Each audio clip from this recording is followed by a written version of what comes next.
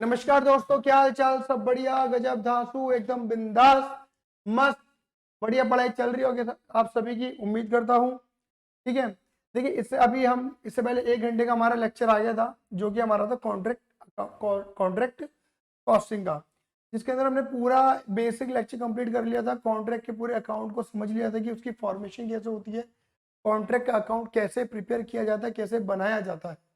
और मैं समझ रहा हूँ कि लास्ट जो हमने क्लोजिंग करी थी वो एस्केलेशन क्लोज पे क्लोज करते थे, और लास्ट में जाते जाते मैंने बात बोली थी कि बेटा कुछ छोटी मोटी बातें और रह गई हैं, उन बातों को कवर करते हैं और नेक्स्ट लेक्चर के अंदर हम क्या करेंगे, अपने प्रैक्टिकल कॉन्सेप्ट को भी खत्म करेंगे आईसीएआई के मॉड्यूल से। ठीक है। तो अब मैं क्या करने वाला हूँ आप सभी के साथ, जो थोड़ी बहुत बातें रह गई उन बातों को कवर करता हूँ। थोड़ा बहुत जिन बातों को ध्यान में हमें रखना चाहिए अपने कॉन्ट्रैक्ट के अंदर, उनको ध्यान में रखते हैं।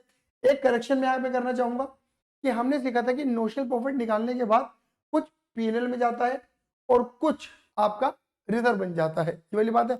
ये वाला पोर्शन आपके आईसीआई के मॉड्यूल में है ही नहीं, तो इसको फॉलो ही मत करना। आपके आईसीआई मॉड्यूल में हार्डली एट दी एंड सिर्फ नोशनल प्रॉफिट निकालकर छोड़ने की कहानी है, तो नोशनल प्रॉफिट निकालकर छोड़ने की कहानी को ही निभाना। बात क्लियर होगी नहीं होगी? आई बस में नहीं आई। ठीक है।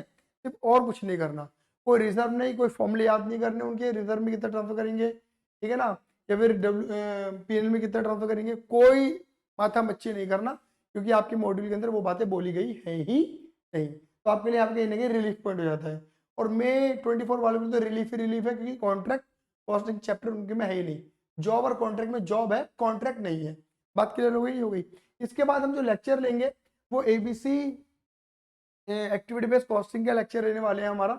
एक ही लेक्चर के अंदर हमारा एक्टिविटी बेस्ड कॉस्टिंग को कवर करने की पूरी कोशिश करने वाले हैं, क्योंकि मैंने अपने टेलीग्राम चैनल पर बच्चों से पूछा था कि परेशानी है, तो भैया 50% से ज्यादा का रेशियो आया, भैया होल्डिंग कंपनी बनकर तैयार हो गई हमारी। 50% का रेशियो आया कि भैया है परेशानी, तो भैया हम उस परेशानी को भी दूर करेंगे। बात करोगे नहीं होगी? दूसरी बात ये बता के चल रहा हूँ, मैं कुछ ऐसे क्वेश्चन बैंक की खोज कर रहा हूँ, क्वेश्चन बैंक बना रहा हूँ कि भैया अगर आपने वो एक चैप्टर का एक दो क्वेश्चन भी कर लिए, तो एक थोड़ा सा रिकॉलिंग हो जाएगी, रिकॉलिंग हो जाएगी, रिकॉलिंग। ठीक है ना। और उन्हीं क्वेश्चन का सॉल्यूशन सीरीज में मैं लेकर आऊंगा। क्या बोलेंगे मुझे? Solution series. ठीक है ना। तो वो एक क्वेश्चन बैंक और उसका सॉल्यूशन सीरीज। क्लियर ही नहीं है? जैसे सपोज मान के चलिए कि अगर हमने 10 या 15 या 20 क्वेश्चन भी सिलेक्ट करे, तो 10 15 20 की 10 15 वीडियो आएंगी। मतलब एक वीडियो में एक ही क्वेश्चन को डिस्कस करेंगे, ज्यादा लंबा चौड़ा बवाल नहीं मचाएंगे। बात क्लियर होगी नहीं हो गई? ठीक है। चलिए फटाफट से आगे बढ़ते हैं, एस्केलेशन क्लोज की बात करते हैं। मैंने आपको बताया था एस्केलेशन क्लोज क्या होता है कि भैया कि क्योंकि कॉन्ट्रैक्ट जो होते हैं वो लंबे पीरियड के होते हैं, मोर देन 1 ईयर के होते हैं, तो लंबे समय में कई बार इन्फ्लेशन के द्वारा कई बार क्या होता है, लागत बढ़ जाती है। अगर मटेरियल की, लेबर की, ओवरहेड की, कुछ भी किसी भी प्रकार की कॉस्ट बढ़ जाती है, तो इसमें कॉन्ट्रैक्टर को परेशानी हो सकती है। क्योंकि अगर उसकी लागत बढ़ गई, जो उसने लागत सोची थी, बट ड्यू टू इन्फ्लेशन अगर लागत बढ़ जाती है, तो कहीं ना कहीं कॉन्ट्रैक्टर का मार्जिन कम हो जाता है। थोड़ा बहुत इन्फ्लेशन हर कोई बंदा लेके चलता है कि भाई आज ये रेट है, कल ये रेट नहीं रहेगा, तो वो फ्यूचरिस्टिक होते हुए थोड़ा सा, ठीक है ना, बजटिंग ऐसी करता है कि लगा के चलते कि अगर भैया 5% 10% का ऊंचा नीचा हुआ तो मैं झेल जाऊंगा, मुझे कोई दिक्कत वाली बात नहीं है। लेकिन अगर कुछ ज्यादा ही ऊंचा नीचा हो गया मामला, तो मैं नहीं झेल पाऊंगा। तो उस चीज में वो कॉन्ट्रैक्टी के साथ समझौता जो करता है, एग्रीमेंट जो करता है, उस समझौते में वो कह देता है कि भैया जो तू कॉन्ट्रैक्ट प्राइस है 10 लाख 20 लाख 50 लाख 1 करोड़ 2 करोड़ 50 करोड़, इस कॉन्ट्रैक्ट ये कॉन्ट्रैक्ट प्राइस, ये कॉन्ट्रैक्ट इतने रुपए में मैं कॉन्ट्रैक्ट पूरा करूंगा, subject to escalation clause. Subject to escalation clause का मतलब है कि अगर ड्यू टू इन्फ्लेशन, ठीक है ना, महंगाई के बढ़ने से, यानी कि ऐसी सिचुएशन जो मेरे कंट्रोल के बाहर है, मतलब जो कॉन्ट्रैक्टर के कंट्रोल के बाहर है, कोई ऐसे कारण से अगर मेरी लागत बढ़ जाती है, तो वो बढ़ी हुई लागत में तुमसे वसूल करूंगा। मार्जिन नहीं मांग रहा मैं आपसे, लेकिन जो मेरी जेब से लग रहा है वो तो मुझे दे देना, तो उसे बोलते हैं हम एस्केलेशन क्लोज। क्लियर ही नहीं है? तो बेटा मैंने यहाँ पे लिख दिया था कि ड्यू टू इन्फ्लेशन, क्लियर ही है, लिमिट बियॉन्ड, जो हमारे मतलब एक तरीके से एक हमारे दायरे से बाहर है। बात क्लियर होगी नहीं हुई? समटाइम यहाँ पे एग्रीमेंट होता है कि अगर 5% तक या 10% तक जो भी डिसाइड होगा बिटवीन कॉन्ट्रैक्टर और कॉन्ट्रैक्टी, कि भैया अगर 5-10% तक का रहा मामला तो कोई दिक्कत नहीं है, एस्केलेशन क्लोज नहीं लगाएंगे। लेकिन अगर लिमिट बियॉन्ड, अगर 5% या 10% जो भी डिसाइड हुआ था उससे ज्यादा इन्फ्लेशन आएगा, तो भैया हम बड़ी लागत वसूल करेंगे। क्लियर ही नहीं है? लेकिन याद रखना not due to inefficient work. Inefficient work का मतलब है कि भैया एक तरीके से आलस पने में अगर महंगाई कॉस्ट बढ़ जाती है, आलस पने में, आलस पने का मतलब क्या है कि भैया कि मटेरियल की हैंडलिंग जिस तरीके से उनके कर्मचारी को करनी थी नहीं कर पाए, मटेरियल थोड़ा खराब हो गया, तो भैया खराब मटेरियल हमारी मतलब कॉन्ट्रैक्टर की वजह से थोड़ी ना हो रहा है, वो तो कॉन्ट्रैक्टर ने अच्छा सुपरविजन नहीं करा, अच्छी देखरेख नहीं करी, उसकी लापरवाहियों से हुआ। तो ये लापरवाही कॉन्ट्रैक्टर रोक सकता था। मैंने क्या बोला कि जो कारण है वो कॉन्ट्रैक्टर के कंट्रोल लेवल से बाहर होने चाहिए, कंट्रोल लेवल से।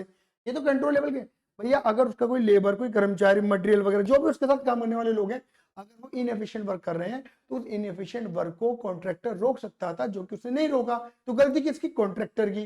तो उसकी वजह से अगर लागत बढ़ती है उसे हम एस्केलेशन क्लोज नहीं कहेंगे, उसे एस्केलेशन क्लोज के दायरे में, उसकी परिभाषा में नहीं लेंगे। एस्केलेशन क्लोज का मतलब है बढ़ी हुई लागत को कॉन्ट्रैक्टर से वसूल करना ड्यू टू विच कारण? उन कारणों की वजह से जो कारण कॉन्ट्रैक्टी के दायरे से बाहर थे, सॉरी कॉन्ट्रैक्टर के दायरे से बाहर थे। जैसे मैंने बोला ना, इन्फ्लेशन, महंगाई बढ़ना कॉन्ट्रैक्टर के हाथ में नहीं है। आई बस में नहीं आई, क्लियर ही नहीं है। अब जैसे इसमें एक एग्जांपल ले लेता हूँ मैं, ये बियॉन्ड लिमिट वाला ले रहा हूँ, हालांकि हम और भी क्वेश्चंस लेके चलेंगे, चिंता मत करना, ठीक है। मैं पहले से ही डिसाइडेड कर लेता हूँ। मैं अब जब एस्केलेशन क्लोज करा ही रहा हूँ ना तुम्हें, तो मैं अपने अकॉर्डिंग तो जो मुझे समझाना वो मैं समझा रहा हूँ। स्टडी मेट के अंदर भी जो क्वेश्चन छपा हुआ है ऐसे एक क्वेश्चन, उसको भी हम कवर अप कर लेंगे, ठीक है। आ जाओ, देखो जैसे मान के चलो, ठीक है ना, क्वेश्चन में लिखा हुआ है agreement between contractor and contractee that if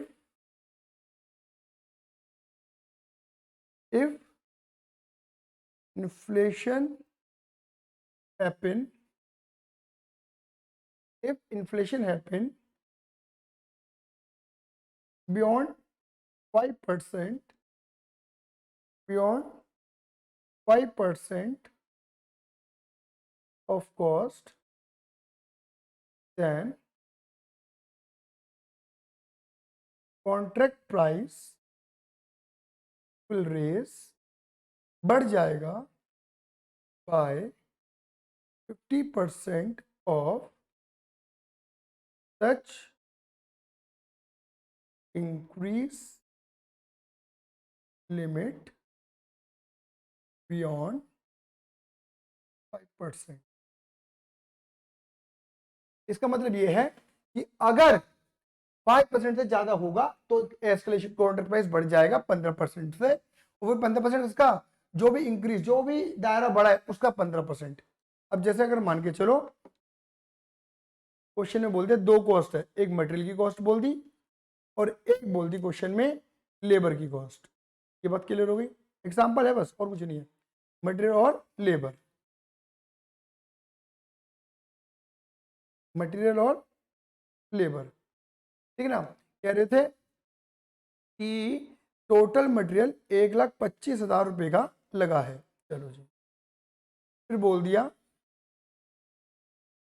labour, कहते हैं टोटल लेबर, थोड़ा कैलकुलेशन करनी पड़ेगी,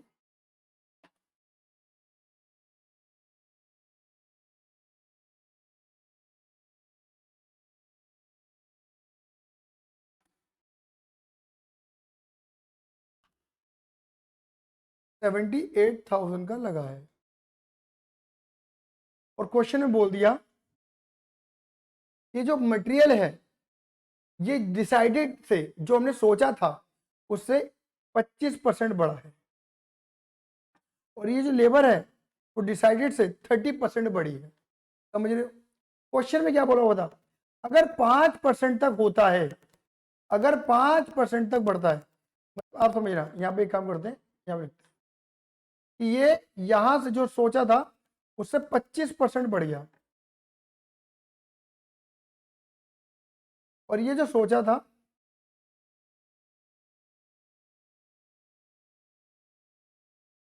उससे 30% बढ़ गया। बात क्लियर हो गई। और क्वेश्चन ये कह रहा है कि अगर ये 5% से बढ़ता, यहां तक अगर ये 5% से बढ़ता,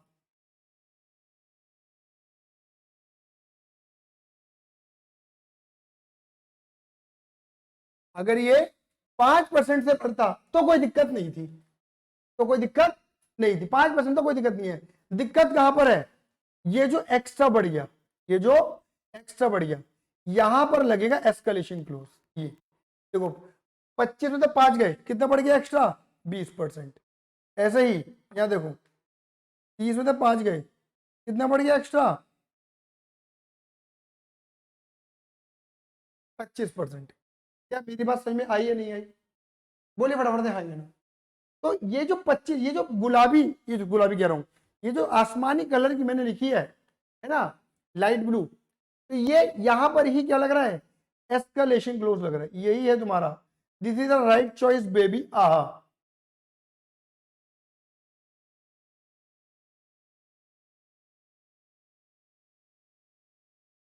यहीं पर ही क्या लगेगा आपका, एस्केलेशन क्लोज। यहीं पर ही क्या लगेगा आपका, एस्केलेशन क्लोज। आया ही नहीं आया। अब एस्केलेशन क्लोज निकालने के लिए क्या करना पड़ेगा कि भाई पहले 125 थी, मतलब 125 होगी, तो पहले कितनी होगी, पहले यहां की वैल्यू निकालो। आपको यहां की वैल्यू फाइंड करनी है पहले तो, उसके बाद हम आगे बढ़ेंगे। देखो बड़ा आसान है। अगर मैं मान लेता हूं कि 100 की चीज थी और 25% बढ़ गई, तो 25% बढ़ने के बाद कितना हो गया, 125 हो गया। तो 125 की वैल्यू एक्चुअल में कितनी है, 100। 1,25,000 की एक्चुअल वैल्यू कितनी होगी, फटाफट बोलो। 1,25,000 इंटू 100 डिवाइडेड बाई 125। बोलो फटाफट, आया नहीं आया 1 लाख। हाँ जी सर, ये 1 लाख आ गया। मतलब जहां हमने सोचा था कि लागत लगेगी 1 लाख, वहां लागत लगेगी इतनी, 1,25,000। बात करोगे ज्यादा, मतलब 25,000 ज्यादा, चलो कोई बात ही नहीं। बताओ 1 लाख का 5% निकालो, 1 लाख का 5% 5,000 रुपए। अगर ये लागत बढ़कर 1,05,000 हो जाती, कोई एस्केलेशन क्लोज नहीं लगता, ये बोला गया क्वेश्चन में। देखिए अगर इससे ऊपर जो जाएगी, अब देखो इससे ऊपर कितनी बड़ी, इससे ऊपर बढ़ गई तुम्हारी 20, यहां पर लगेगा इस पे, ये हम मांगेंगे पैसा, लेकिन ये पूरा नहीं मिलेगा हमें पैसा, ये पूरा नहीं मिलेगा। इसका 15% अप्रूवल है। कह रहे हैं अगर 5% ऊपर आती है तो contract price will raise by 15% of such increase limit beyond. 5% के आगे जो इंक्रीमेंट हुआ है उसका 15% मिलेगा एस्केलेशन में। मतलब 20,000 का 15%, 3,000 रुपया।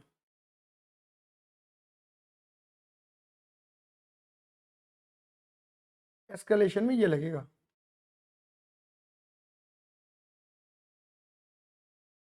आ गया। सिमिलरली यहां निकालो कि अगर 100 की वैल्यू, यहां 100 वैल्यू थी, 30% इंक्रीज हो गया, तो 30% इंक्रीज होने में कितनी वैल्यू हो गई, 130। 130 की रियल वैल्यू कितनी है, 100। तो 78 की रियल वैल्यू कितनी होगी जो सोची थी तुमने, 78 तो 100 divide by 130। 78 into 100 divide by 130। मतलब हमने लेबर सोची थी कि लेबर लगेगी 60, लग गई 78, बढ़ गई ड्यू टू इन्फ्लेशन। अगर ये 60 का 5%, 63, अगर ये 5% बढ़कर 63 होती तो एस्केलेशन नहीं लगता। बट ये बढ़कर कितनी हो गई, यहां पर देखो कितनी बढ़ गई, 15,000। तो जितनी ये बढ़ गई 15,000, उसका 15% अप्रूवल आएगा, 2,250। तो यहां पर हम पता क्या बोलेंगे, कॉन्ट्रैक्ट प्राइस रेज बाय कितने से, 3,000 रुपए प्लस 2,250 रुपए। इतने से बढ़ेगा। ऐसे समटाइम लैंग्वेज फंसाने वाले क्वेश्चन आपको मिल जाएंगे एस्केलेशन में। बात क्लियर हो गई। अब देखो स्टडी मैट में आना,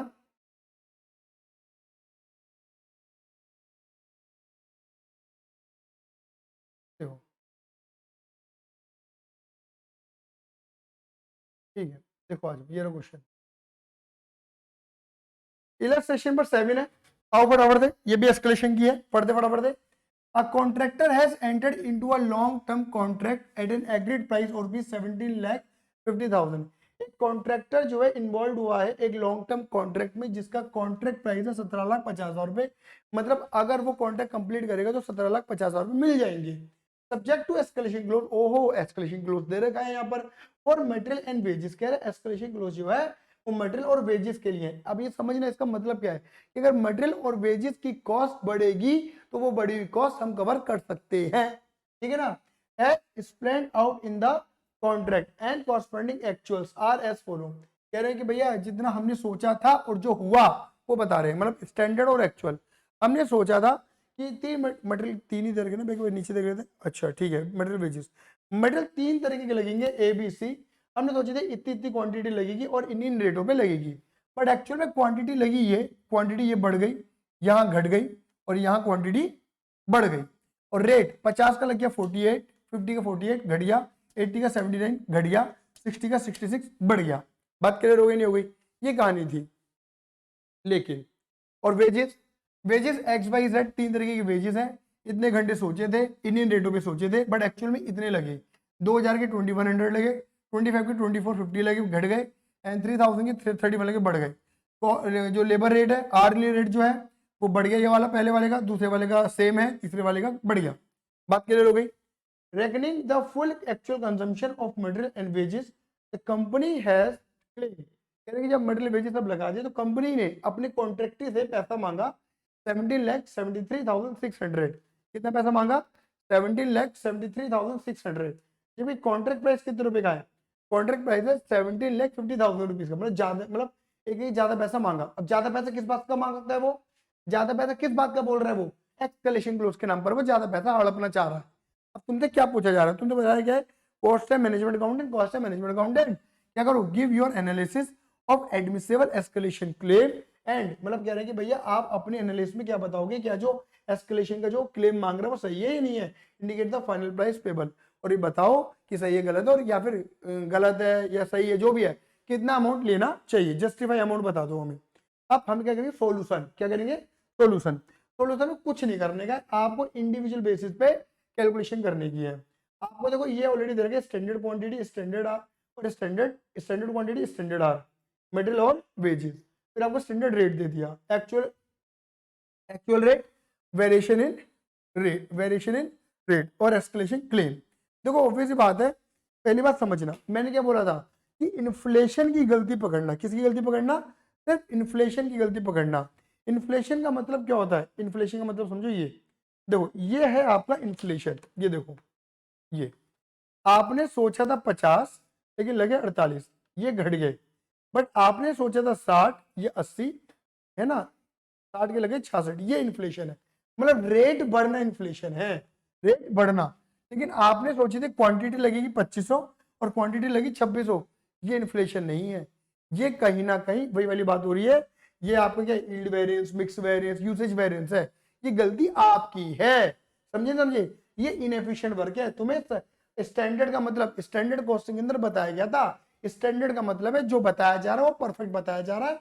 यानी कि अगर तुम 2500 से ज्यादा लगा रहे हो तो यानी गलती तुम्हारी। कम लगा रहे हो तो कोई दिक्कत नहीं है, कम में मामला क्लियर है। लेकिन कम लगाने का मतलब ये नहीं होता कि आप क्वालिटी डाउन कर दोगे। अगर तुम मटेरियल की क्वांटिटी कम करते हो और क्वालिटी वही रखते हो तो तुम्हारे लिए वही है। स्टैंडर्ड कॉस्टिंग के अंदर पढ़ा था हमने वाली बातें, बात क्लियर होगी नहीं होगी। लेकिन अगर तुम 2500 लगा रहे हो, सोचा 2500 था और 2600 लगा रहे हो, तो ये तुम्हारी गलती है, तुमने इनएफिशिएंट वर्क करा है, तुमने गलत करा है काम।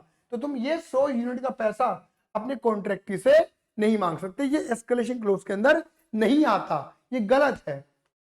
तो आपको क्या लेना है? आपको सिर्फ अपने स्टैंडर्ड क्वांटिटी के अकॉर्डिंग चलना है और रेटों में जो वेरिएशन आया है वो देखना है। क्या मेरी बात समझ में आई या नहीं आई? तो यानी क्या देखना, ये क्वांटिटी में जो वेरिएशन है ये इनएफिशिएंट वर्क है, इसको नहीं देखना, ये एस्केलेशन में नहीं आता। ये जो रेटों में डिफरेंस है आपको ये देखना है, ये इन्फ्लेशन है, ये आता है एस्केलेशन में। बात क्लियर हो गई। अब देखो यहाँ पर मैंने क्या लिखा है, स्टैंडर्ड रेट एक्चुअल रेट। बताओ 50 के 48 हो गए, मतलब हमें 2 रुपए का फायदा, मतलब एक तरीके से रेट कम हो गया। रेट कम हो गया तो हमारी कॉस्ट कम हो जाएगी। अभी इसकी अमाउंट करेंगे 79, 80 का 79, मतलब घट गया, यहाँ पर भी 1 रुपए का फायदा, कॉस्ट घट गई, जितनी सोची थी उससे कम आया। यहाँ पे इन्फ्लेशन का अच्छा इफेक्ट मिला हमें। इन्फ्लेशन में इन्फ्लेट नहीं हुआ, डिफ्लेशन हुआ एक्चुअल में। 60 का 60, ये इन्फ्लेशन है। तो यहाँ हमारी कॉस्ट 6 रुपए ज्यादा लग गई। 2 जगह हमने कॉस्ट बचाई और 1 जगह हमने कॉस्ट बढ़ाई। इन्फ्लेशन ये हमारे कंट्रोल में नहीं था। अगर मटेरियल इतना सोचा था इतने का मिला तो अच्छी बात है हमारे लिए। क्लियर है, ये इन्फ्लेशन हम झेल सकते हैं। क्लियर है नहीं है, मार्केट के अकॉर्डिंग आई बात में नहीं आई। मल्टीप्लाई किससे करेंगे, एक्चुअल क्वांटिटी से नहीं करेंगे, स्टैंडर्ड जो सोचा था, मतलब जिसका हम पैसा अपने सामने वाले ग्राहक से कॉन्ट्रैक्ट से लेंगे, एक्चुअल का नहीं लेंगे। तो 5000 इंटू 2 10,000 रुपए, 3500 3500 मल्टीप्लाई 1 3500 और 2500 इंटू 6 15,000। तो ये लागत we are saving this amount and we are spend more this amount. तो 15,000 माइनस दिस नेट अमाउंट जो हमारी बढ़ी है वो 1500 की बढ़ी है। एस्केलेशन क्लोज के चलते हम ये अमाउंट क्लेम करेंगे अपनी कॉन्ट्रैक्ट से मटेरियल के नाम की। बोलो आया या नहीं आया। सिमिलरली हम क्या करेंगे, यहां पर करेंगे, हमने सोचा था एक्चुअल आर लेके ये सोचा था ये लगे, तो ये जो है ना इनके जो बीच का डिफरेंस है ये इनएफिशिएंट वर्क है। तुम्हारा सुपरविजन में कमी है, तुम्हारी लेबर क्यों ज्यादा समय ले रही है। सोचा था 2021 तो 100 घंटे क्या कर रही है तुम्हारी लेबर, बीड़ी जले रही जिगर से पिया, ये काम कर रही है तुम्हारी लेबर। तो भैया तुम बीड़ी पिलवाओ उन्हें। हमने तो ये बोला था इनके बीच का डिफरेंस लेना, आपको इनके बीच का डिफरेंस लेना है। आया, बात क्लियर हो गई। तो देखो यहां पर हमने क्या लिखा, वही से स्टैंडर्ड आर लिखे 2000 2500 3000 दे रखे हमें ऑलरेडी, है ना। स्टैंडर्ड रेट जो सोचा था, एक्चुअल रेट जो सोचा था 70 लगा 72, मतलब कॉस्ट बढ़ गई, इन्फ्लेशन हुआ। सोचा था 75 लगा ही 75, कोई दिक्कत नहीं है, कुछ ना बढ़ा ना घटा। सोचा था 65 लगा 66, सोचा था 65 लगा 1 रुपये बढ़ गया। नहीं, और multiply by standard R 2000 multiply by 2 4000, 3000 multiply by 1 3000, तो 4 और 3 7000। तो हमें क्या रुपए लेने भैया जी, 7,000 रुपए एस्केलेशन क्लोज के लेने हैं वेजेस के नाम के। तो वेजेस और मटेरियल को इन दोनों को मिला दोगे 1500 को और 7,000 को, तो कितने रुपए लेने हैं 8,500 रुपए, 8,500 we have charging for escalation clause. Escalation clause के नाम पर हम we are charging 8,500 more amount. हमारा कॉन्ट्रैक्ट प्राइस कितना था, हमारा कॉन्ट्रैक्ट प्राइस इतना तो अपने को मिलता है 17,50,000, 17,50,000, ये तो क्लेम्ड अमाउंट है ये हमारी। प्लस कर दो इसमें 8,500, तो हमारी अमाउंट जो बनेगी वो बनेगी 17,58,500 when we adding 8,500 in this। Clear है, बोलो। तो देख लो आ गया नहीं आ गया। तो एग्रीड प्राइस दिस, एस्केलेशन के नाम पर मटेरियल का लेबर का प्रेजेंटेशन करके ये अमाउंट लेंगे, ये बोला मैंने आपको। तो यानी कि अब जस्टिफिकेशन की बात आती है, हम कितना चार्ज कर रहे हैं एक्चुअल में। हमने क्लेम मारा ये वाले का 17,73,600, हम ये मांग रहे हैं, ये गलत है। हमें टेक्निकली एस्केलेशन के चलते क्या मांगना चाहिए था 17,58,500 ये मांगना चाहिए था, और हम मांग रहे हैं 17,73,600, ये एकदम गलत है, ये अमाउंट में नहीं मांगनी। तो देखो इन्होंने क्या लिखा है, the claim of rupees 70,73,000 is based on the total increase in the cost and this can be verified. मतलब हम जो पैसा मांग रहे हैं वो टोटल कॉस्ट हमारी कितनी इंक्रीज हुई है। तो देखो इन्होंने क्या करा है, स्टैंडर्ड कॉस्ट, स्टैंडर्ड आर और रेट प्लस स्टैंडर्ड क्वांटिटी की स्टैंडर्ड रेट से अमाउंट मल्टीप्लाई कर दी, ये आ गई, ऐसे एक्चुअल को मल्टीप्लाई कर दी। तो यहाँ से यहाँ तक जाने में हमारी कॉस्ट इतनी बढ़ गई कॉस्ट वाली।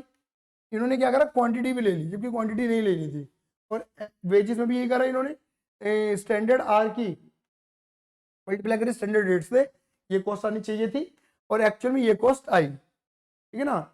एक्चुअल में आनी चाहिए थी ये और आई ये, कितनी बढ़ गई, ये आनी चाहिए थी ये, आई ये कितनी बढ़ गई, ये तो टोटल कितनी बढ़ गई इनके अकॉर्डिंग 63,600 बढ़ गई। तो इन्होंने क्या करा 17,50,000 में ये ऐड कर दिया यहाँ पर, जो कि गलत है क्योंकि टोटल कॉस्ट का इंक्रीमेंट नहीं लेते, एस्केलेशन इन्फ्लेशन की वजह से जो हुआ वो लेंगे। बात क्लियर होगी नहीं होगी। क्वांटिटी कम या ज्यादा यूज करना वो कॉन्ट्रैक्टर के हाथ में है, लेबर के आर ज्यादा यूज कम करना वो कॉन्ट्रैक्टर के हाथ में है, लेकिन रेट का जो अंतर है वो कॉन्ट्रैक्टर के हाथ में नहीं है, इसलिए वो इन्फ्लेशन में आएगा, इसलिए हम इसको लिया। आया तो क्या लिखा इन्होंने, पढ़ो। The claim is not admissible because escalation clause cover only that part of increase in cost which has been caused by inflation. आया, ठीक है। और इसका नोट पढ़ लो, बहुत अच्छा लिखा हुआ है इन्होंने। It is fundamental principle that the contractee would compensate the contractor for the increase in the cost which are caused by factor beyond the control of contractor. बोला था जो कॉन्ट्रैक्टर के कंट्रोल से बाहर, उन्हीं फैक्टर के लिए कॉन्ट्रैक्टी पैसा देगा, ये लिखा है। And not for increase in the cost which are caused due to inefficiency और रॉन्ग एस्टिमेशन। गलत अंदाजा लगा लिया तूने यार, मेरी गलती है क्या, तू देख। हाँ ये ना, एफिशिएंट वर्क नहीं करवाया तूने, मेरी गलती है क्या, तू देख। इन्फ्लेशन तेरे हाथ में नहीं है, मैं देखेगा, मैं देगा पैसा उस चीज का। आया या नहीं आया, बड़ा बेहतरीन क्वेश्चन है। एस्केलेशन क्लॉज का अलग से क्वेश्चन अगर आ जाए तो भैया, एक तो गिनती के क्वेश्चन है और आ जाए तो मजा आ जाए। बात क्लियर हो गई नहीं हो गई? चलिए जी, अब देखिए यहां पर एक बात और करते हैं। यहां पर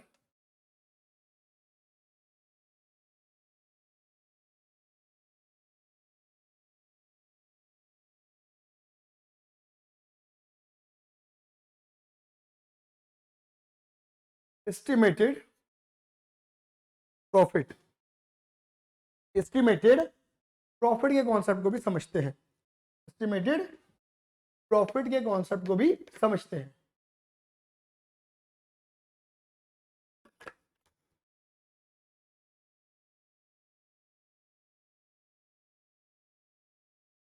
एस्टिमेटेड प्रॉफिट का कॉन्सेप्ट क्या कहता है?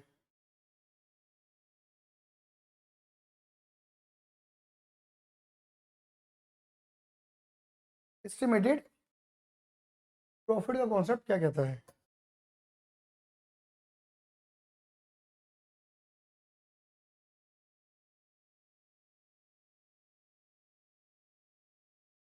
देखो, एस्टिमेटेड प्रॉफिट ये पता कब निकाला जाता है? पहली बात तो याद रखना, ये निकाला तब जाएगा व्हेन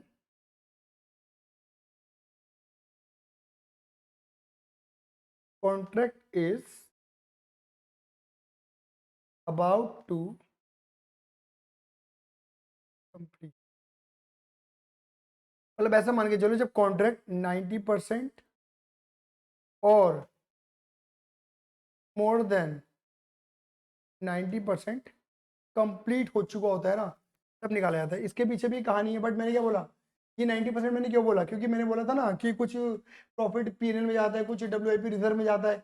बट तुम्हारे ऐसे मॉड्यूल में क्या है कि बेसिकली कि तुम्हें नोशनल प्रॉफिट निकाल के छोड़ देने का है, बात करें तो यहाँ पर भी एस्टिमेटेड प्रॉफिट निकाल के छोड़ देने का है। क्या रिजर्व, क्या वो, क्या फलाना, क्या डिमकाना, छोड़ो, बात क्लियर हो गई हो गई, छोड़ो उस चीज को लेके, क्लियर ही नहीं है। तो ये एस्टिमेशन प्रॉफिट वाला जो कॉन्सेप्ट है लगता ही तब है जब 90% या मोर देन 90% हमारा कॉन्ट्रैक्ट खत्म हो चुका होता है कुछ नहीं। बातों को समझना और थोड़ी बातें बोलूंगा एक्स्ट्रा, उनको समझना। ये देखो,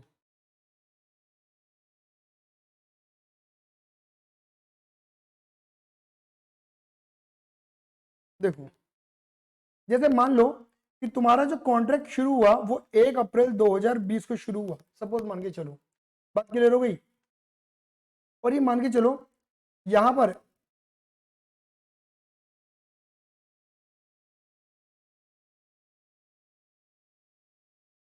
31 मार्च 21 तक, पहले साल में तुमने बड़ा दबा के खींचा और यहां तक तुम 90% पे लेकर आ गए कहानी को, ठीक है। और इस वाली ईयर में तो तुम कंप्लीट ही कर दोगे, बात क्लियर होगी नहीं होगी? तो देखो एक्चुअल में क्या होगा, इधर देखो,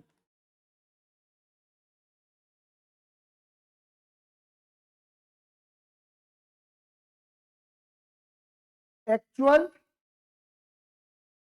कॉस्ट इंकर्ड ₹6 लाख मान लो, क्लियर नहीं है, ₹6 लाख। मतलब यहां तक तुम देखो, जहां तक काम कर चुके हो वहां तक तो तुम लागत लगा चुके हो ना, लेकिन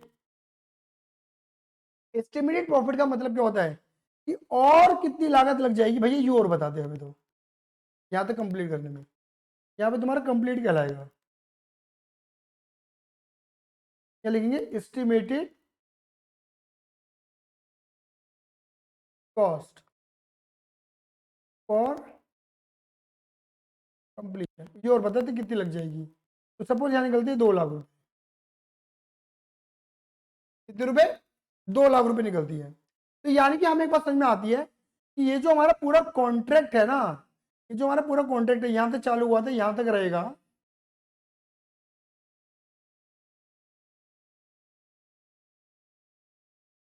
इसका कॉन्ट्रैक्ट प्राइस क्या है? सपोज मान लो कॉन्ट्रैक्ट प्राइस है 15 लाख रुपए। समझ गए? तो यानी हम सीधी सीधी कहानी बोल सकते हैं, भैया contract price 15 lakh minus actual cost already incurred 6 lakh minus estimated cost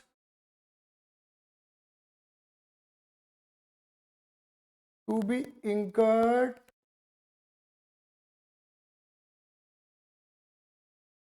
for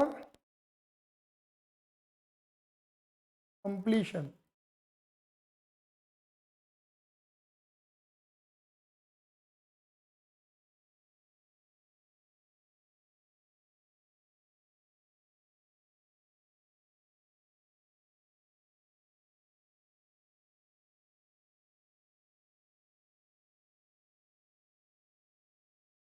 ₹7 lakh. कितने रुपए? 7 लाख रुपए। बात क्लियर हो गई? 7 लाख ये निकलेगा हमारा एस्टिमेटेड प्रॉफिट कि हम इतना कमा लेंगे। भैया प्रॉफिट का सीधा सीधा मीनिंग क्या है ये बताओ। अपने जो तुम लोगे और जो तुम्हारे पास से जाएगा उसका डिफरेंस, जो तुम कमाओगे जो खर्चा उसका डिफरेंस भी तो प्रॉफिट है। तो भैया 15 लाख हम पे आएंगे, हमारा क्लियर आएगा ना 15 लाख रुपए। इतना जा चुका है, और कितना चला जाएगा वो हटा दो, ये अंदाजा है। और कितना चला जाएगा, इतना जा चुका कंफर्मेशन है, और कितना जाएगा वो हटा दो। आपका पता अनुमानित है हमारा 7 लाख हमें आ जाएगा। बात क्लियर होगी? बोलिए फटाफट से। हाँ क्लियर है। आओ एक क्वेश्चन दिखाता हूँ फटाफट से।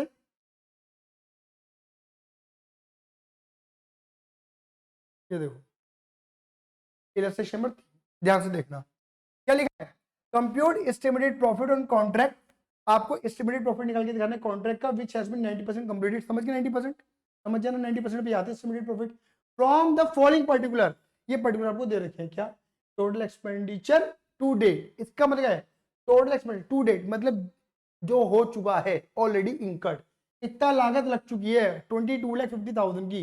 Estimated further expenditure to be complete, expenditure to complete the contract. और अनुमानित कितनी लग जाएगी कॉन्ट्रैक्ट को कंप्लीट करने में, इंक्लूडिंग कंटीजेंसी। कुछ 19-20 भी हुआ तो भी कितना? 2.5 लाख। तो इतनी लग चुकी है, इतनी और लग जाएगी, टोटल रहेगा 25 लाख की लागत लग जाएगी। Contract price 32,50,000। Work certified 27,50,000। Work certified में कोई लेना देना नहीं है। Work uncertified 1,75। कैश रिसिप्ट 21,25,000 रुपए। कोई मतलब नहीं। आओ कोई मतलब नहीं। इधर देखो, इधर देखो। आप वैसे कॉन्ट्रैक्ट प्राइस ऊपर लिख सकते हो, ज्यादा बेटर है। देखो मैं तुम्हें बहुत आसानी से समझाता हूँ। आप कॉन्ट्रैक्ट प्राइस क्या लिखो, सबसे टॉप पे लिख दो। ऐसे लिखना ही मत। कॉन्ट्रैक्ट प्राइस जैसे मैंने लिखा, कॉन्ट्रैक्ट प्राइस तुम्हें इधर के 32,50,000। अब ये देखो इतनी कॉस्ट लग चुकी है, इतनी और लग जाएगी, टोटल ये है। अब तुम इसमें से इसको लेस कर दो तो तुम्हारा ये आ जाएगा 7 लाख 7,50,000। 7,50,000 रुपये आपका ये निकल कर आ जाएगा। 7,50,000 रुपये। समझ गए? सीधी कहानी है भैया। इसमें सर्टिफाइड अनसर्टिफाइड कोई यूज नहीं है। ये सर्टिफाइड अनसर्टिफाइड का यूज तब होता कि हमें पीनल में कितना डालना है, अगर वो फॉर्मूला लगता तो। क्लियर ही नहीं है कि हमें पीनल के अंदर कितना भेजना है, रिजर्व में कितना भेजना है। बेटे बोला, मैंने बोला अब वो है ही नहीं। पूरे पूरे मॉड्यूल में जब वो फॉर्मूले नहीं छापे उन्होंने तो वो देंगे भी नहीं। सीधी सीधी कहानी। बात क्लियर हो गई? आई बस में नहीं आई? बढ़े आगे, चले आगे, करे आगे। हाँ जी सर, आगे बढ़ते हैं। तो ये कहानी होगी तुम्हारी एस्टिमेटेड प्रॉफिट की। बात क्लियर हो गई? आगे चलते, लेकिन अब एक बात और समझा दो बस एस्टिमेटेड प्रॉफिट में। देखो एक चीज समझ लेना जो मुझे समझानी है, ठीक है, वो ये है कि आपको ना, जब मैंने लास्ट टाइम लेक्चर दिया था, जो लास्ट लेक्चर गया था, उसके अंदर मैंने एक बात बोली थी मेरे बच्चे, मेरे शोना बाबू, मेरे क्यूटी पाए बच्चे, मैंने ये बात बोली थी कि हम जब कॉन्ट्रैक्ट अकाउंट बनाते हैं तो हमने ये वाला कॉन्ट्रैक्ट अकाउंट बना दिया होगा। जब हमने कॉन्ट्रैक्ट अकाउंट बनाया होगा,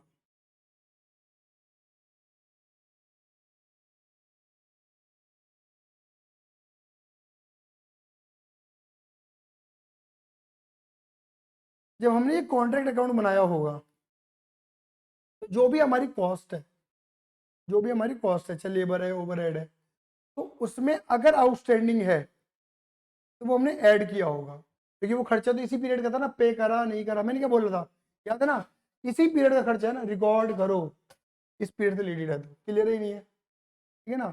और अगर प्रीपेड है, एडवांस है, तो हमने लेस करा होगा, जैसा था या नहीं था, क्लियर ही नहीं है। तो याद रखना, व्हेन कैलकुलेटिंग एस्टिमेटेड प्रॉफिट, जब एस्टिमेटेड प्रॉफिट को कैलकुलेट किया जाता है, always ignore outstanding and advance expense, इनको इग्नोर करके चलना।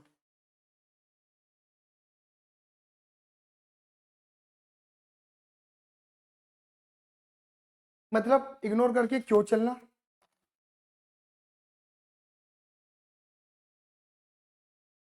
इग्नोर करके क्यों चलना सर? एक बात बताओ आप हमें, इग्नोर करके चल तो देंगे, चलना क्यों है ये बताओ। देखो सीधी सीधी कहानी है, आप मान लो यहाँ पर कोई आउटस्टैंडिंग खर्चा है 50,000 रुपये, तो तुम क्या बोलोगे कि 6 लाख का तो मैंने कर दिया, 50,000 और होता, तो यहाँ पर नॉर्मली तुम कितना रिकॉर्ड करते?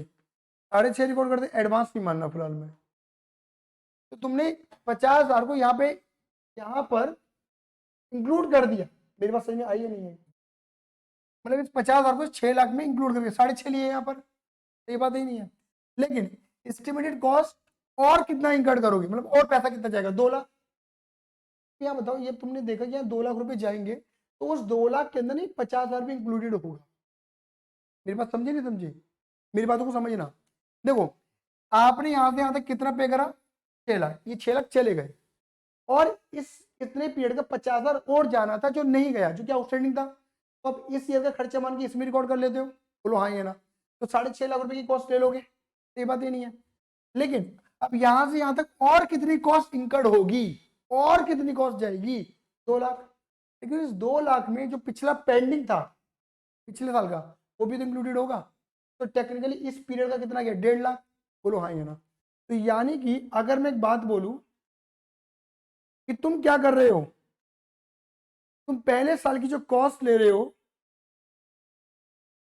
वो ले रहे हो 6.5 लाख, लेकिन उसके बाद जो तुम कॉस्ट इंकर्ड करोगे, estimation cost to be incurred, वो 2 लाख सोची है, बट उस 2 लाख में तुमने 50,000 हटाने हैं, क्योंकि वो 50,000 पहले से ही ऊपर कंसिडर कर चुके हो, तो दोबारा कंसिडर नहीं करने हैं। जो 2 लाख रुपए जाएंगे ना, उसे 50,000 पिछला भी जाएगा, तो अब कितना है टेक्निकली इस वाले पीरियड का, जो पीरियड अभी चल रहा है उसके नाम पर कितना जाएगा? 1.5। तो आपने टेक्निकली लागत कितनी ली है? 6.5 और 1.5, 8 लाख की लागत ली है। बोलिए हाँ या ना। और मैं कह रहा हूं कुछ मत करो, तुम 6 और 2 ले लो, तब भी कितना आ रहा है? 8। तो इग्नोर करने में फायदा है ना इस 50,000 को, क्योंकि इसको कंसिडर करोगे तो कंफ्यूजन पैदा करोगे अपने लिए, इसको इग्नोर कर दो, तो सीधा 6 और 8 को जोड़ो, भाई टोटल कितना जाएगा ये देखना है हमें। सीधी कहानी क्या है, आउटस्टैंडिंग एडवांस को इग्नोर क्यों करना है? हम ये देखना यहाँ से लेके यहाँ तक कितना जा रहा है पैसा, कितना चला गया, कितना जाएगा, टोटल खर्चा पता लगा, एज सिंपल एज दैट। समझ नहीं आ रही क्या?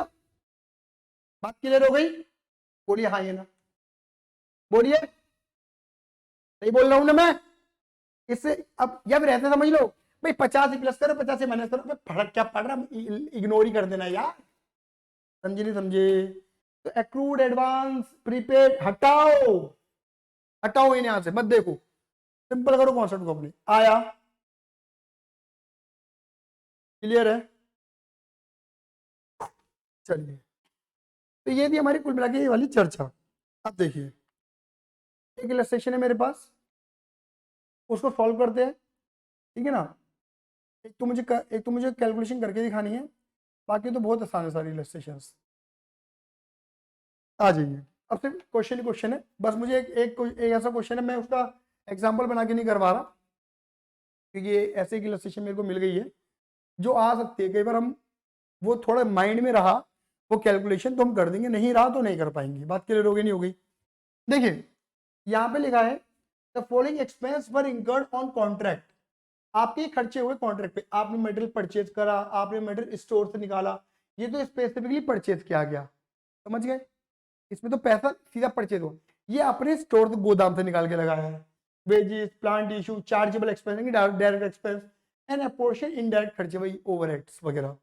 The contract was 20 lakh and it's commenced on 1 अप्रैल 2020। ये कॉन्ट्रैक्ट 1 अप्रैल 2020 को शुरू किया गया था और कॉन्ट्रैक्ट प्राइस था हमारा 20 लाख रुपए का। कॉन्ट्रैक्ट प्राइस 20 लाख का है, 1 अप्रैल 2020 को शुरू किया गया है। The value of the work completed and certified up to 28th of February 1। कह रहे हैं जो वैल्यू ऑफ वर्क, जो काम कंप्लीट हो चुका है और सर्टिफाइड, देखो कह रहे हैं हमने कंप्लीट भी कर दिया है और आर्किटेक्ट ने या इंजीनियर ने क्या कर दिया, सर्टिफाइड भी कर दिया है 28 फरवरी वो को, अब मतलब 28 फरवरी तक 13 लाख रुपए का, जिसमें से 10,40,000 रुपए हमें रिसीव भी हो गए हैं। ये हमारा कैश रिसीव्ड है, ये हमारा कैश रिसीव्ड है, ये हमारा वर्क सर्टिफाइड है, ये हमारा कॉन्ट्रैक्ट प्राइस है। बात क्लियर हो गई? आई बस में नहीं आई? चले,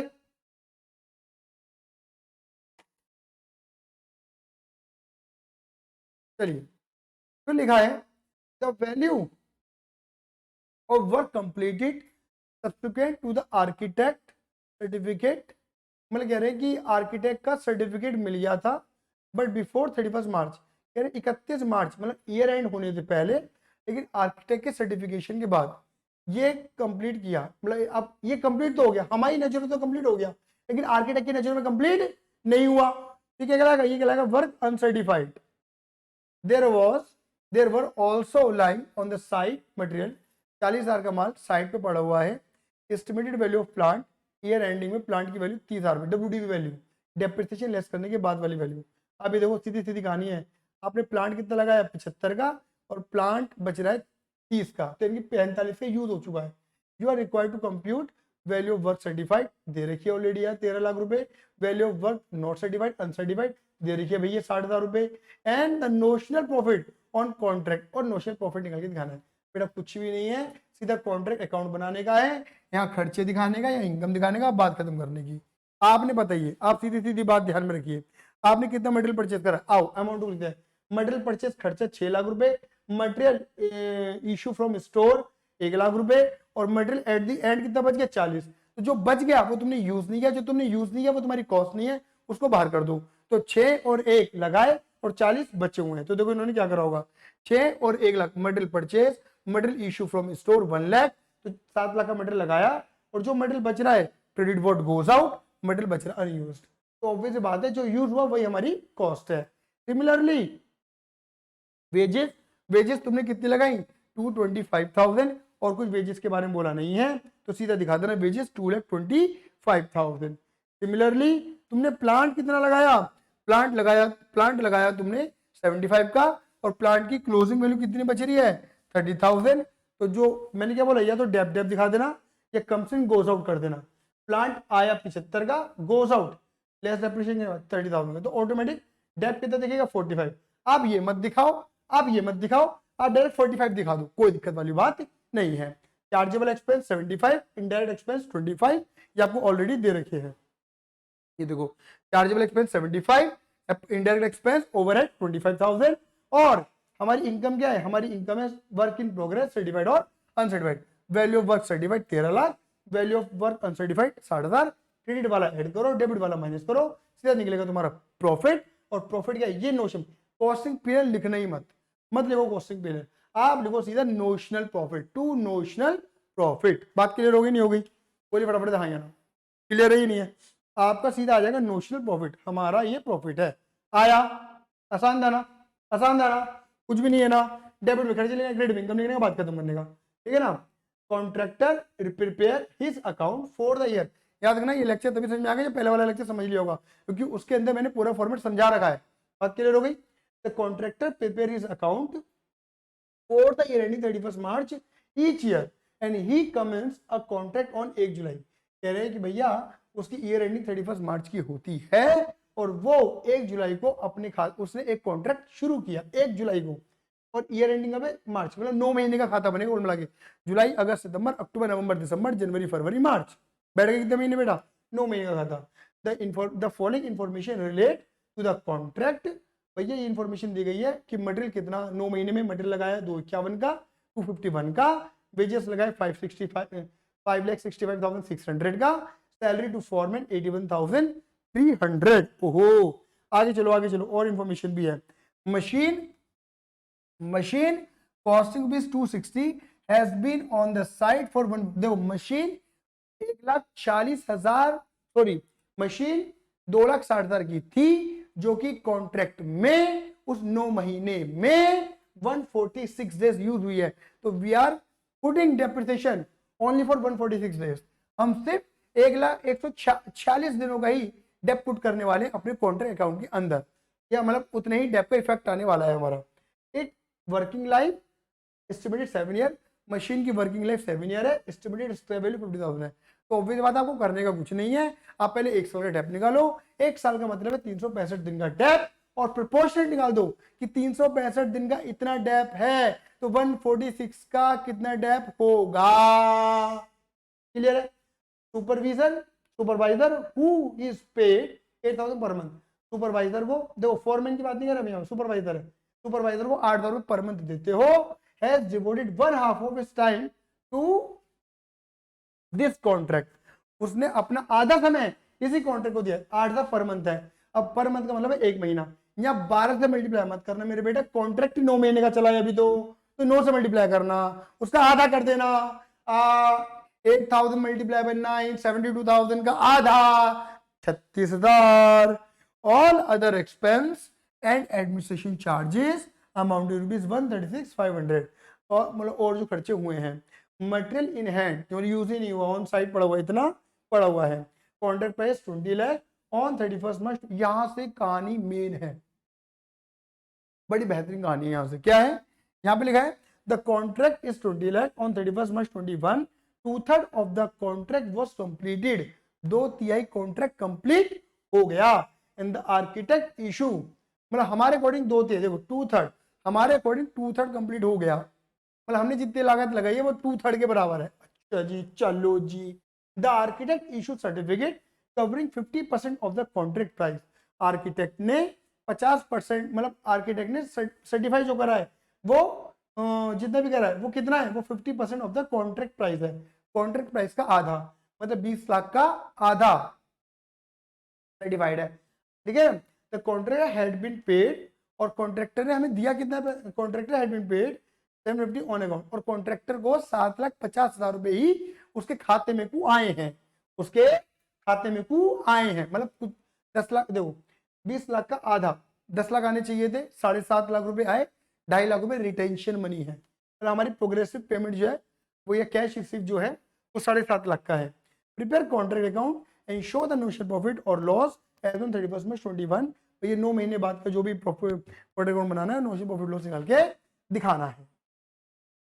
क्लियर है यहाँ तक, हाँ ये ना, जरा पानी पी लूँ मैं थोड़ा सा।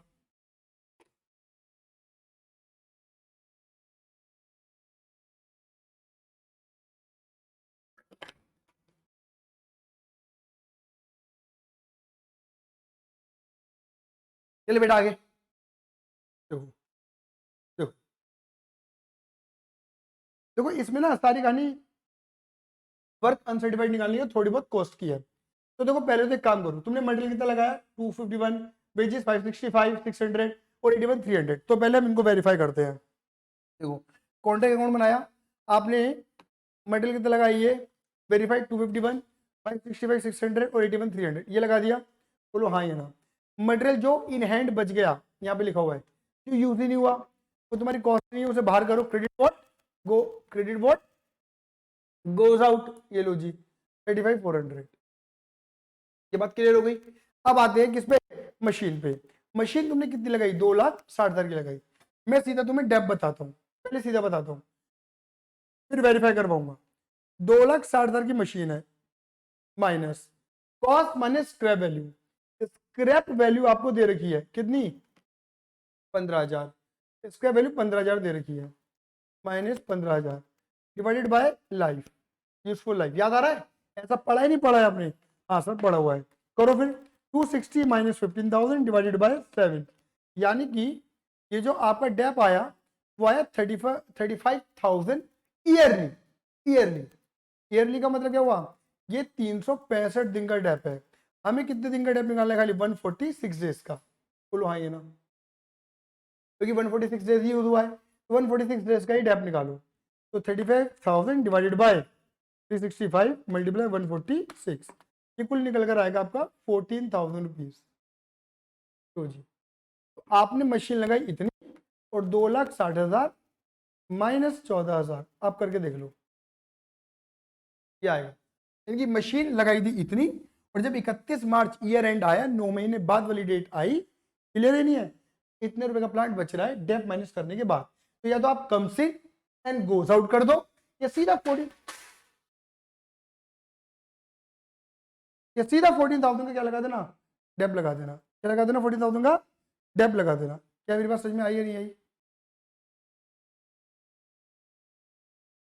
क्लियर है, क्लियर है, आया। आगे बढ़ते हैं, सुपरवाइजर की सैलरी। देखो ये हो गया, ये हो गया, ये हो गया, ये हो गया। सुपरवाइजर 8,000 रुपये पर मंथ, क्या बोला था, 8,000 रुपये, और 9 महीने का कॉन्ट्रैक्ट है, उसका आधा टाइम दे रहा है वो। तो जी ये करा मैंने, और देखो लो मैं उसको भी वेरीफाई करवाया था जो इन्होंने वर्किंग बनाया है। देख लो ये तो आ गया 1 साल का डेप, और फिर 146 डेज का निकाल दिया, आ गया भाई। यानी कि देखो इन्होंने माइनस करके भाई वैल्यू निकाल दी, आया, क्लियर है। और फिर इन्होंने अलग से और खर्चे दे दिए, कौन से, ऑल अदर एक्सपेंस 136,500, ये तो कर ही दिया था हमने 136,500।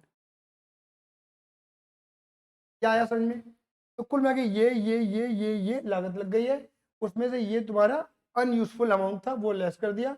तो इसे बोलते हैं वर्क कॉस्ट। इसका मतलब है तुमने अब तक टोटल इतनी लागत लगा दी है। इतनी लागत में कुछ तुम्हारी सर्टिफाइड हुई होगी और कुछ तुम्हारी वर्क अनसर्टिफाइड हुई होगी। हमें यही नहीं पता कि कितनी सर्टिफाइड हुई है और कितनी अनसर्टिफाइड हुई है, क्लियर है। बस इसके मैं तुम्हें कैलकुलेशन करके दिखा देता हूँ, मैं हिंट में लिख दूँ, क्योंकि मेन यही आप समझने लगे यही पॉइंट है। ये इलस्ट्रेशन नंबर कौन सी है,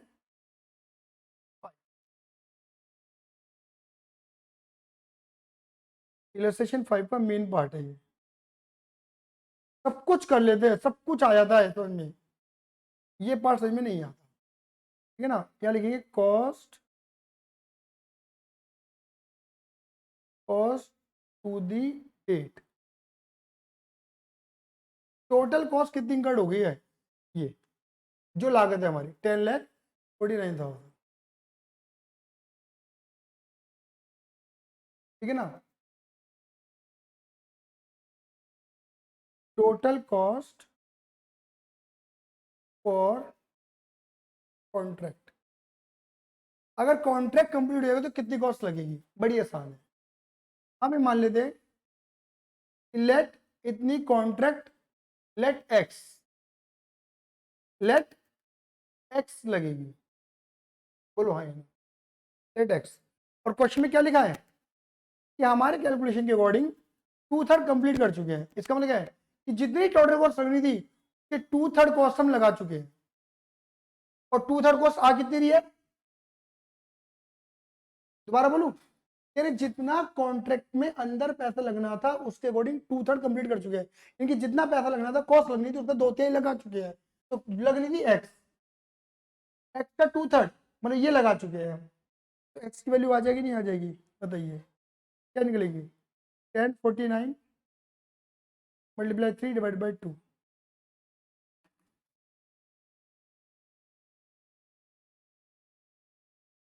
दोबारा करता हूँ, 10,49,000 मल्टीप्लाई 3 डिवाइडेड बाई 2, ठीक है।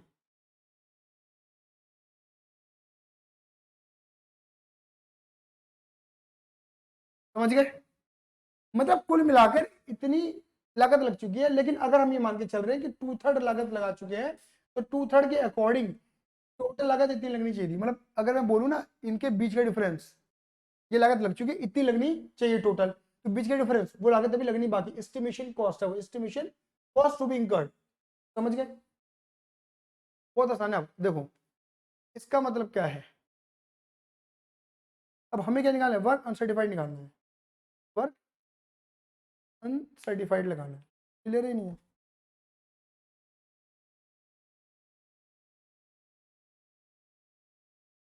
अब वन वन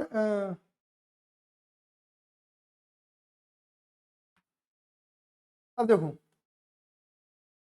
क्वेश्चन में क्या लिखा है, आर्किटेक्ट ने जितना सर्टिफाइड करा है वो कितना है, 50% है कॉन्ट्रैक्ट प्राइस का, 50% है कॉन्ट्रैक्ट प्राइस का, मतलब आधा, कॉन्ट्रैक्ट प्राइस का आधा, मतलब एक तरीके से जितना पूरा कॉन्ट्रैक्ट है,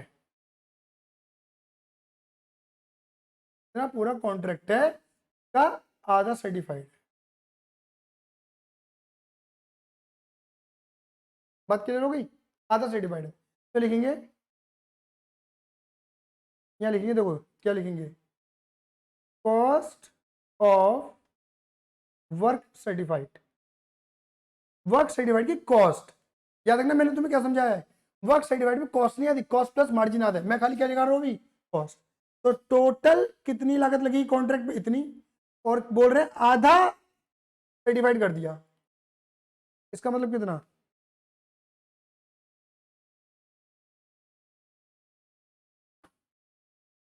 7,86,750।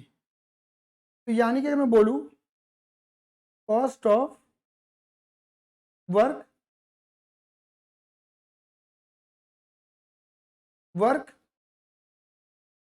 अनसर्टिफाइड कितना होगा, तो बताओ तुमने अभी तक टोटल कॉस्ट कितनी लगा दी है, माइनस, इतनी में से इतनी कॉस्ट सर्टिफाइड है,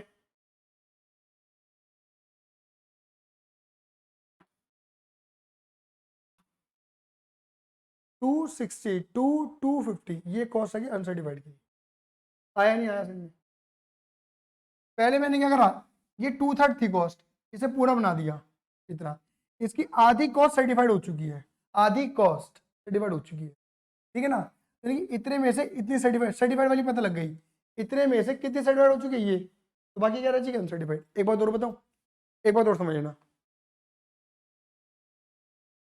आप कॉन्ट्रैक्ट प्राइस में ना कॉस्ट ऑफ वर्क सर्टिफाइड नहीं दिखाते, आप कॉस्ट ऑफ वर्क अनसर्टिफाइड दिखाते हो। सर्टिफाइड के नाम पे पता क्या दिखाते हो, value of work certified, work certified की वैल्यू, वैल्यू है कॉन्ट्रैक्ट प्राइस का 50%, कॉन्ट्रैक्ट कितने रुपए का है हमारा 20 लाख, उसका 50% आप ये दिखाते हो। मतलब कॉन्ट्रैक्ट अकाउंट के अंदर ना मेरे बेटा जी सुनो, कॉन्ट्रैक्ट अकाउंट में आप ये दिखाते हो और ये दिखाते हो, ठीक है। अब इसमें तो देखो पता क्या है, अगर तुम इसकी cost of work certified minus कर दो, देखो ये माइनस कर दो,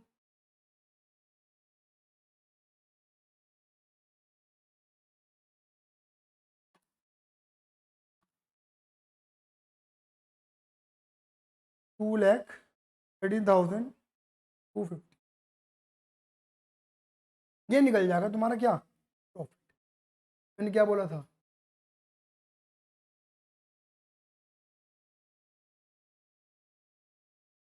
मैंने क्या बोला था कि वर्क सर्टिफाइड में कॉस्ट भी होगी और मार्जिन भी होगा। आप ये दिखाते हो। अब आ जाओ, देखो तुम्हें वेरीफाई करवाता हूँ। देखो इन्होंने क्या करा, कॉस्ट का CDBD कर दिया, इसमें जो सर्टिफाइड थी उसकी तो वैल्यू दिखाई, देखो वैल्यू की 10 लाख बोली थी मैंने, और कॉस्ट ऑफ वर्क अनसर्टिफाइड कितना है 262 250 ये निकाला था आपने। और देखो प्रॉफिट 2,13,250 आए नहीं आया। और ये निकालने की जरूरत नहीं है तुम्हें, ये ऑटोमेटिक आ जाएगा। कैसे? इनको ऐड करो, इसको लेस करो, एज सिंपल एज दैट। आया? बोलो हाँ या ना। आया? अब देखो, अगर तुमसे कभी बैलेंस शीट मांग ले,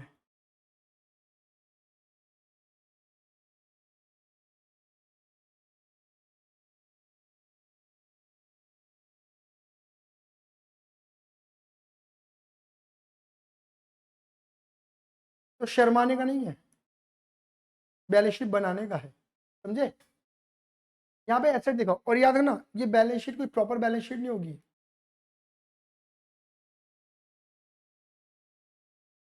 एक्सट्रैक्ट होगा, नमूना है। जैसे कोई मटेरियल बच रहा है, मटेरियल एट साइट,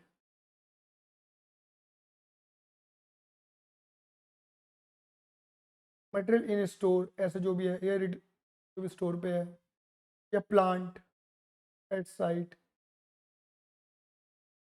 या कोई एडवांस एक्सपेंस है, एडवांस एक्सपेंसेस या प्रीपेड एक्सपेंस जो भी है। और देखो आप ये समझो कि जो तुम काम कर रहे हो तुम उसका पैसा लेना है, तो वर्क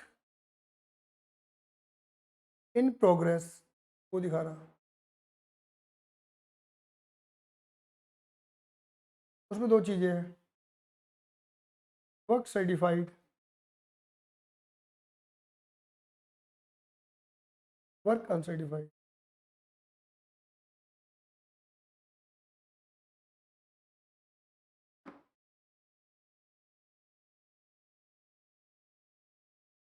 क्लियर है?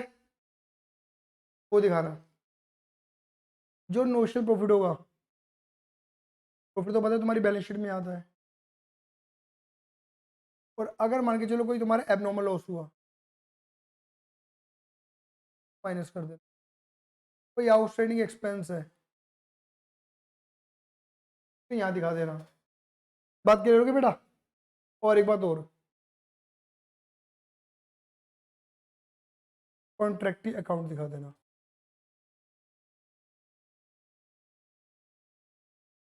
इतना ही ध्यान में रखना बस, और कुछ नहीं।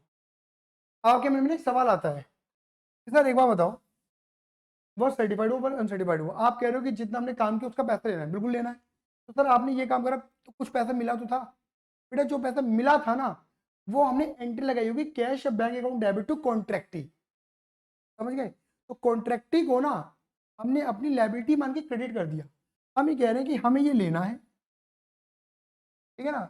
हमें ये हम ये कह रहे हैं कि हमें ये पैसा लेना है, और जो पैसा मिल गया उसे लायबिलिटी में दिखा, मतलब अपोजिट में दिखा रहे हैं कि इतने में से ये मिल गया, वो लायबिलिटी बन के दिखा रहे हैं। एक्चुअल में डिफरेंस पता लग रहा होगा तुम्हें, ऐसे रीड होगा। तो हम कभी डिफरेंस नहीं दिखाते, ये एंड में आपस में सेटल हो जाएगा। कब? जब कॉन्ट्रैक्ट खत्म होगा, ऑटोमेटिक सेटल हो जाएगा। समझे नहीं समझे? आ जाओ, इसमें है कुछ नहीं, मैं आपको सिर्फ इतना बता रहा हूँ कि ये 3 साल का अकाउंट है, और ये आपस में चलते चले जाएगा। जैसे यहाँ पे लिखा है मैसेज बंसल कंस्ट्रक्शन कंपनी ने कॉन्ट्रैक्ट है 60 लाख रुपए का, एक्स्ट्रा 3 साल के अंदर कंप्लीट हो जाएगा, और following particular relating to the contract. 3 साल का डेटा दे दे, तो 3 साल के 3 कॉन्ट्रैक्ट अकाउंट बनेंगे ईयर बाय ईयर के। Material wages transportation cost other expense हर साल की बता दी इन्होंने। आप ही मान लेना जो ये कॉस्ट यहाँ लिखी हुई है ना, वही कॉस्ट इन्होंने नीचे लिखी होगी। क्यूमुलेटिव वर्क सर्टिफाइड, देखो work certified, cumulative work certified का मतलब है कि पहले साल के एंड में इतना काम खत्म हुआ, फिर क्यूमुलेटिव दूसरे साल के एंड तक, दूसरे साल का मतलब है पहले और दूसरे को मिलाकर इतना कंप्लीट हो गया, फिर तीनों को मिलाकर पूरा 60 लाख का काम कंप्लीट हो गया। मेरी बात समझ में आई है नहीं है? वर्क सर्टिफाइड हमेशा ऐसे ही होता है, कभी किसी पर्टिकुलर ईयर का नहीं मिलेगा आपको कि इसमें में इतना हुआ इसमें। वर्क सर्टिफाइड का मतलब है अब तक कितना काम कंप्लीट कर चुके हैं, शुरू से लेके एंड तक का। तो मेरी बात, सुनिए मेरी बात, यानी कि देखो अगर पहला साल ये था यहाँ तक का सर्टिफाइड, फिर दो यहाँ तक का सर्टिफाइड, फिर यहाँ तक का सर्टिफाइड, ऐसे दिया जाता है बेटा, हमेशा ऐसे मिलेगा, समझ गए। ऐसी अनसर्टिफाइड है, ये देखो ये बढ़ता हुआ नजर आएगा, ये ऑटोमेटिक घटता हुआ नजर आएगा, ये पहले बढ़ा फिर घट गया, बात क्लियर नहीं हुई। मतलब पहले साल 15 था अनसर्टिफाइड थे, फिर 75 हुए, लास्ट में तो ये 0 ही हो जाएगा, क्योंकि लास्ट में तो सारे अप्रूव होना पड़ेगा काम को।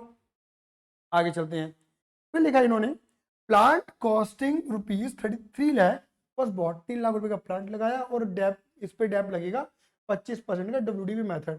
तो पहले 3 लाख पे 25%, फिर जो घट गया उसके ऊपर 25%, फिर जो घट गया उसके ऊपर 25%। ये मुझे समझाने की जरूरत नहीं है, तुम इतने दिमाग तुमको आता है डेप्रिसिएशन कैसे लगाने का है।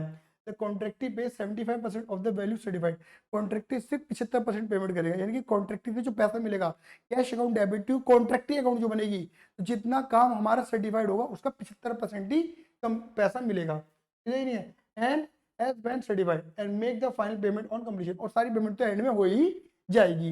You are required to prepare a contract account for the 3 year and total estimated profit from the contract, और एस्टिमेटेड प्रॉफिट निकाल के निकालना है, मतलब एस्टिमेटेड प्रॉफिट एंड में निकलेगा, बिल्कुल समझ गए। अगर मैं एक एग्जांपल की बात करूं, अभी मैंने बात तो कर ली एस्टिमेटेड प्रॉफिट की, एस्टिमेटेड प्रॉफिट इस ईयर में आएगा क्योंकि इस ईयर में ही वो कंप्लीट होगा। आया, आ जाओ। देखिए कुछ बातें जो होंगी वो बार बार मैं ऊपर नीचे नहीं करूंगा, क्योंकि कुछ बातें ध्यान में रखना। ये कॉस्ट जो ये लिखी हुई है वही नीचे लिखी गई कॉन्ट्रैक्ट अकाउंट में, और 3 लाख का आपका प्लांट है, 25% का WDV मेथड से वो लगेगा, और 75% पेमेंट रहेगी, ठीक है।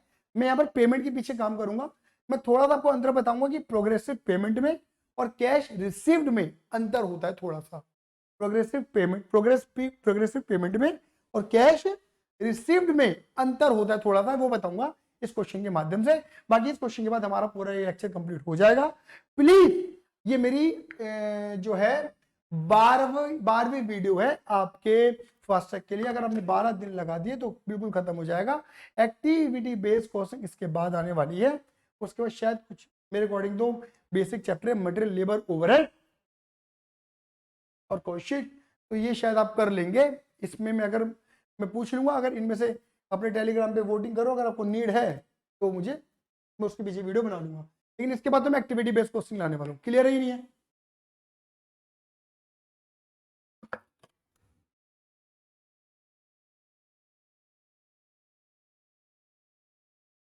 चलिए देखिए, तो पहले साल का हमने बनाया खाता 2018-19 का, ये कॉस्ट ये कॉस्ट ये कॉस्ट ये कॉस्ट ये कॉस्ट, 3 लाख का प्लांट, ये सब दे रखी है। 3 लाख का 25% ओरल निकालो, अपने उठाओ कैलकुलेटर, 3 लाख का 25%, 75 का डैप हुआ है, माइनस इज इक्वल टू कर दो 225, plant at side. Material asset कुछ नहीं बताया, वर्क सर्टिफाइड दे रखा है, वर्क अनसर्टिफाइड दे रखा है, पहले से गिवन है, तो आपका निकल जाएगा पहले से लॉस, जब पहले है ना, पहले से निकल जाएगा आपका लॉस। अब कॉन्ट्रैक्टी हमें कितना पैसा देगा, कॉन्ट्रैक्टी जितना सर्टिफाइड है उसका 75%, तो 13,50,000 का 75%, 10,00,000 10,12,500। इस क्वेश्चन में क्या होगा सुनो, इसका जब तुम 75% निकालोगे तो ये निकल कर आएगा 10,12,500। यहाँ पर यही तुम्हें पैसा मिलेगा, यही तुम्हारी कैश रिसिप्ट है पहले साल में, और यही तुम्हारी प्रोग्रेसिव पेमेंट है, ये तुम्हारी प्रोग्रेसिव पेमेंट है, समझ गए। प्रोग्रेसिव पेमेंट का मतलब है कितनी पेमेंट तुम्हारी प्रोग्रेस में है, पूरा जो तुम्हें मिलने वाली है, और कैश रिसीव का मतलब है कितना पैसा मिला, समझे। ये बात क्लियर हो गई। यहाँ तो दोनों चीजें सेम है। आगे बढ़ते हैं, कॉन्ट्रैक्टी अकाउंट बनाते हैं, कॉस्टिंग पीरियड बना रखे इन्होंने, क्या ठीक है, इन्होंने कॉन्ट्रैक्टी अकाउंट नहीं बना रखा है। कॉस्टिंग पीरियड के अंदर इन्होंने क्या करा, एक पीरियड बना दिया और एक तरीके से उससे होने वाली लॉसेस को यहाँ दिखा दिया और सीडी कर दिया, मतलब इकट्ठा कर लिया वो, ठीक है ना, लॉस को। अगर मैं यहाँ पे कॉन्ट्रैक्टी अकाउंट बनाने बैठूं तो देखो ऐसा है,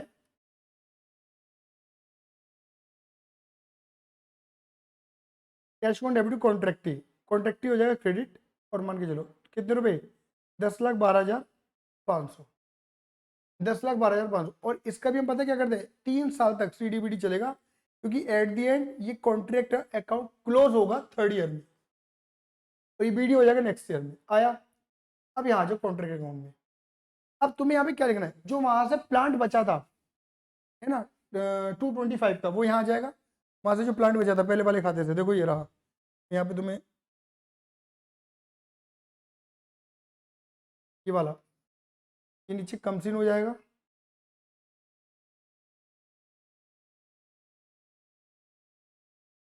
बात क्लियर हो गई? ठीक है। और जो वर्क सर्टिफाइड था वो भी आ जाएगा इधर।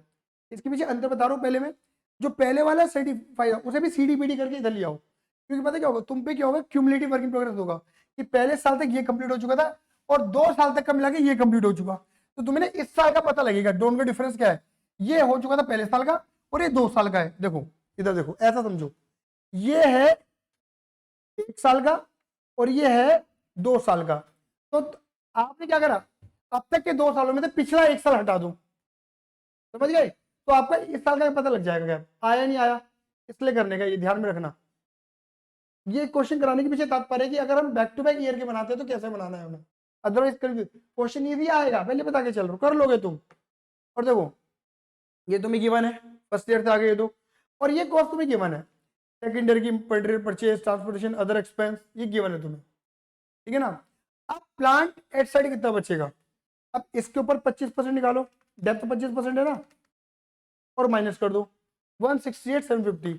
ये आप सीधा पता क्या करते हो, इसका इसके ऊपर 25% टैप लगना है, इनकी 75% बच रहा है, तो इन्होंने वो कर रखा है सीडी वैल्यू, समझ गए? आप इसमें से 25% लेस कर दो, 225 माइनस 225 को 25%, डब्ल्यूडीवी मेथड जैसे करते हो, ये सीधा 75% निकाल दो, बात वही बैठेगी। और ये तुम्हें दे रखा है 45 और 75, ये दे रखा है, ये वाला तुम्हें, यहाँ निकल गया तुम्हारा क्या, कॉस्टिंग। अब ये तुम्हारा क्या आएगा, ये देखो, ये तो पहले साल में से मिला था तुम्हें लॉस, लॉस सीडी का बीडी यहाँ हो गया, और दूसरे साल से तुम्हें क्या मिला, प्रॉफिट, वो इधर आ गया। जिसे तुम कॉस्टिंग पीएल अकाउंट बना रहे हो ना, जैसे कॉस्टिंग पीएल ना बोलोगे ना, बेटर है कि आप नोशल प्रॉफिट अकाउंट बोल दो, क्लियर ही नहीं है कि नोशल प्रॉफिट से पहले पहले नोशल लॉस था, नेगेटिव प्रॉफिट था, फिर तुम्हें प्रॉफिट मिला, तो अब तुम्हारे पास नेट ये बच रहा है, 2 साल में तुम प्रॉफिट पे आ गए। और देखो कॉन्ट्रैक्टी से कितना पैसा मिलेगा, देखो इन्होंने ये बात नहीं बताई आपको, अब इधर देखना, यहाँ मैं तुम्हें क्या समझाऊंगा, जो मुझे समझाना है, जो क्वेश्चन का पार्ट नहीं है, जो मुझे समझाना है आपको। देखो बोला गया है कॉन्ट्रैक्टी से मिलेगा हमें जितना सर्टिफाइड है उसका 75%,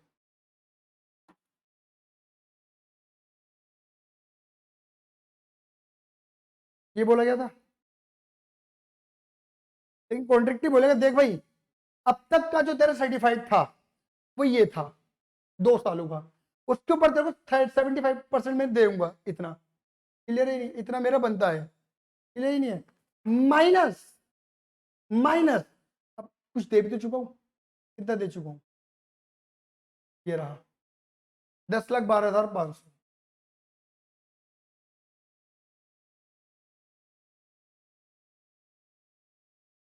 समझे? पहले क्या था, पहले क्या था कि जितना था उतना निकाल दिया, बात खत्म, पहले साल कुछ पहले से मिला हुआ नहीं था। अब क्या है कि जितना बनता है, जितना बनता है माइनस दिस जो पहले से मिल गया है, अब हमारी प्रोग्रेसिव पेमेंट ये कहलाएगी। अब हमारा ये पेमेंट प्रोग्रेस में आया, ये मिलेगा कॉन्ट्रैक्ट से। अब मान लो अगर तुमने इस साल भी कॉन्ट्रैक्ट अकाउंट बनाया, तो देखो पहले साल का सीडी बीडी करके यहाँ आ जाएगा, ये देखो मैंने बना के दिखा रहा हूँ तुम्हें, सीडी और बीडी 10,12,500, और इस साल और मिला तुम्हें पैसा, हाँ चला गया यार क्वेश्चन,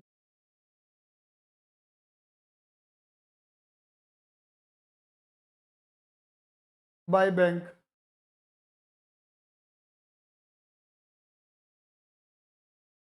इस साल सीडी कितना रेज हो गया, टोटल वही बैठ जाएगा हमारा जितना हमें मिलना चाहिए, 33,75,000 आया।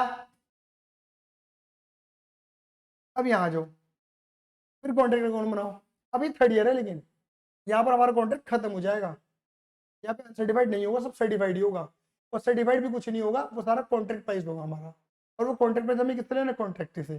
तो यहाँ पर फिर थर्ड ईयर में सर्टिफाइड नहीं आता, अनसर्टिफाइड नहीं आता, सीधा वर्क सर्टिफाइड अनसर्टिफाइड की जगह हम लिखते हैं कितना लेना है, टोटल 60 लाख लेने हैं अब हमें। अब हमें कोई 75% नहीं लेना, टोटल 60 लाख लेना है। क्लियर ही नहीं है? देखो जी, प्लांट का सीडी और बीडी ये तो मुझे बताने की जरूरत नहीं है, पहले का वर्क ये देखो, क्लियर ही नहीं है?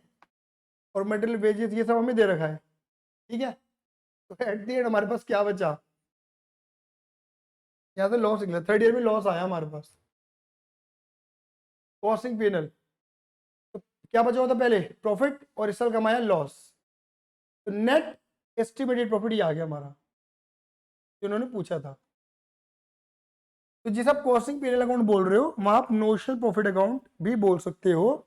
और पिछले साल तक ये प्रॉफिट था, दूसरे साल 2 साल का मिलाकर, इस साल तुमने लॉस कमाया, कॉन्ट्रैक्ट अकाउंट से लॉस निकाल दो अपना, और ये तुम्हारा आ जाएगा नेट एस्टिमेटेड प्रॉफिट है तुम्हारा जो बच रहा है कॉन्ट्रैक्ट खत्म होने पे। अब देखो कॉन्ट्रैक्टी अकाउंट कैसे क्लोज होगा, यहाँ पर बना के दिखा रहा हूँ मैं ऐसी, अगर पूछे तो बनाना नहीं है। आपका सेकेंड ईयर से कॉन्ट्रैक्टी कितना निकला था, 33,750, 33,75,000 ये था, एक जीरो कम लगाइए मैंने यहाँ पर, क्या कर दूँ,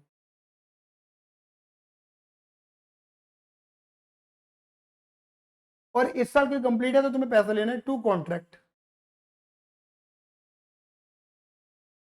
60 लाख। अब कुछ प्रोग्रेसिव पेमेंट नहीं होगी एंड में, अब तो लेना है, 60 लाख बनते हैं टोटल, इतना आ चुका है हमारे पास 2 साल का मिला के।